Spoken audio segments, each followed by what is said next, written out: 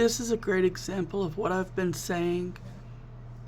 Public schools are not failing because of lack of money or class sizes or anything else. The biggest problem, I think, with public schools is public schools are no longer a serious education organization. They don't prioritize education anymore.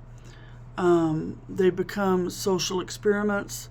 They have become infiltrated by political and social agendas. And here's a prime example of that. This teacher runs the Pride Club in public school. And just to be clear, the focus on our public school shouldn't be any kinds of clubs or social agendas or anything like that. It should be, let's learn math. If you want to have a math club at a public school, that's fine. If you want to have even a chess club, because it's neutral and it's learning, because chess has an underlying of other things that are good for kids to learn, like strategy and using logic to solve problems and such. And Pride doesn't teach anybody anything. It's a social ideology of some people, just like Christianity is an ideology of Christians. And those things, even though I am a Christian, I don't think Christian clubs should be in public schools anyway. Public schools should be a neutral place where the sole focus is education. Now, let's take a listen to her, how she prioritizes the Pride Club over academics.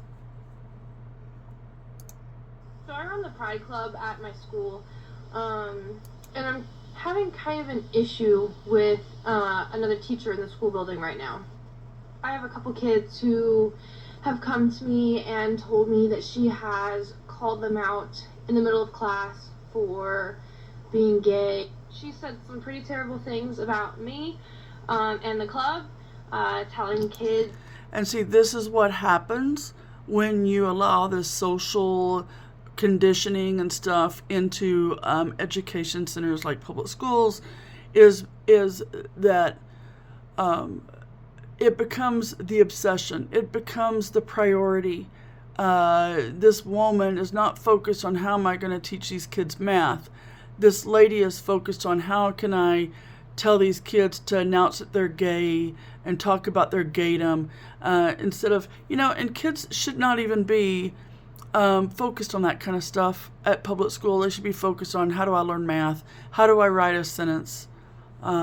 This is public school is dumbing down our society through these kind of mechanisms. That she thinks it's stupid and a waste of time, and we're pulling kids out of her class, which technically, yes, we are pulling kids out of the class. I have okayed this with my administration, with my principal, my admin, all that, because the kids told me straight up, they were like, we don't want to have it after school just in case, because some of their parents don't know. They're hiding things from their teachers, from their parents. They're pulling them out of academia, out of classes where they're actually learning, and to prioritize social conditioning. It would make them feel more comfortable to just, do it at school. That way it's a little more, discreet. So allowing them to do things at school that is not anything about learning, and then we're wondering why kids can't read. Because this woman thinks talking about a kid's sexual, which a kid shouldn't be worried about that right now, talking about a kid's sexual preferences and conditioning that kid into their sexual preference, which is sort of creepy and pedophilic to me, rather than teaching the kid math or English or science or something that's actually beneficial to not just the kid, but to society. It is completely okay with my admin that I'm running this club during school hours. And again, it's only 30 minutes a week. 30 minutes a week is too much. Can you imagine 30 minutes a week putting towards reading or writing or something else like that? This This is the reason that public schools fail. Public schools are failing because they're not a priority. No one is managing the education. So, it's disturbing. This is disturbing. This is pure brainwashed insanity.